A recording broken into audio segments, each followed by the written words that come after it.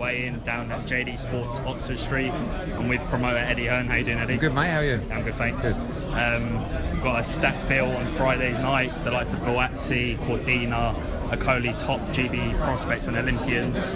Are you excited for the show? Yeah, I can't wait. It's a really good card. You know, obviously we do major arena shows, 90,000, but something about York Hall, always a great night. A lot of competitive matchups. Packed night at York Hall in terms of people in the arena and the card itself. And my princess. Just picking that back up. Yeah. So we've got obviously GB Olympians, top amateur fighters. A couple of, got a big 10-round title fight between Jake Bull and Joe Sheriff as well, which is a really good fight. Boatsi's got a real good test. I think that everyone's matched competitively on the card, and what the fans are getting to see is the next generation, the new stars.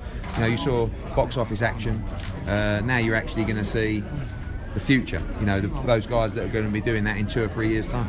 Do you feel like you're creating a balance? You've obviously got World Championship cards coming up, Crawler Burns, potential of Joshua Pulev, Hey Bellew. So do you feel like these small hall shows are giving fighters a chance to propel themselves? Exactly. We mustn't forget about the development of young fighters. Everyone likes the big box office shows that make load of money and pay-per-view fights. But if you don't develop the guys coming through, you're not going to get those box office stars in 2 or 3 years' time. So what this does is enables us to do that, but also make sure that we give the boxers the right environment to learn. Not boxing at 6 or 7 o'clock in front of a half-full arena, giving them star status, giving them the profile to turn around and to say, look, we're the headline act, and that's very important for them. So we've got Conor Benn on the show. There's been talks of a potential domestic clash with Josh Kelly.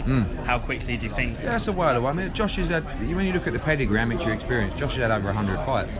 So Conor's had probably a handful of amateur fights, but he's learning well. He's got a good fight against an undefeated fighter who's bringing a lot of support down as well tomorrow night. Good test for him, and I think he's probably 3 or 4 fights away from championship fights himself. So we've got Lawrence Akoli on the bill, top cruiserweight. There's a lot of domestic opponents that he could eventually face. You've got Craig Kennedy, talks about Isaac Chamberlain being a hot domestic clash. How far do you think Akoli is away from a British title? Well, I think he's probably about 2 or 3 fights away, and Chamberlain's a great fight. We'd like to make the Craig Kennedy fight for the AJ card if we go down to Millennium on October the 28th. So yeah, he's moving quick. I would like to see him get some rounds. But that's not really that easy, to be honest with you. So, we'll have to see what happens. So a few fights that have happened. Obviously on the weekend we saw Mayweather-McGregor. What was your whole analysis of the fight, the show, the event? It was a great event. I mean, it was never going to be a great fight, to be honest with you.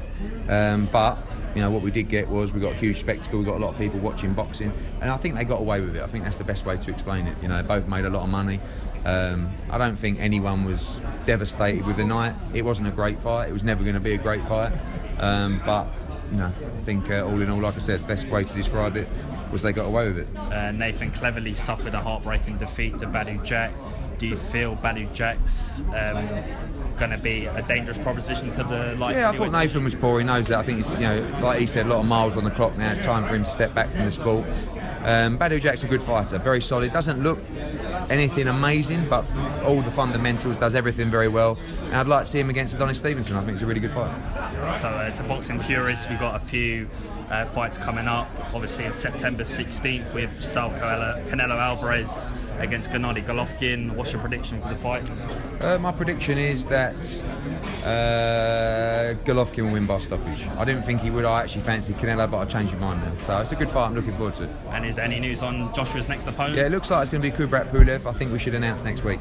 And any developments about Hey Bellew 2? Yeah, we're a couple of decent chats in Vegas with David Hay, so a little bit more hopeful of that now. Still a long way to go, but I think that's the fight we need to make, and that's the fight the fans want to see. And just lastly, we've got a big domestic clash coming up between Ricky Burns and Anthony Collar.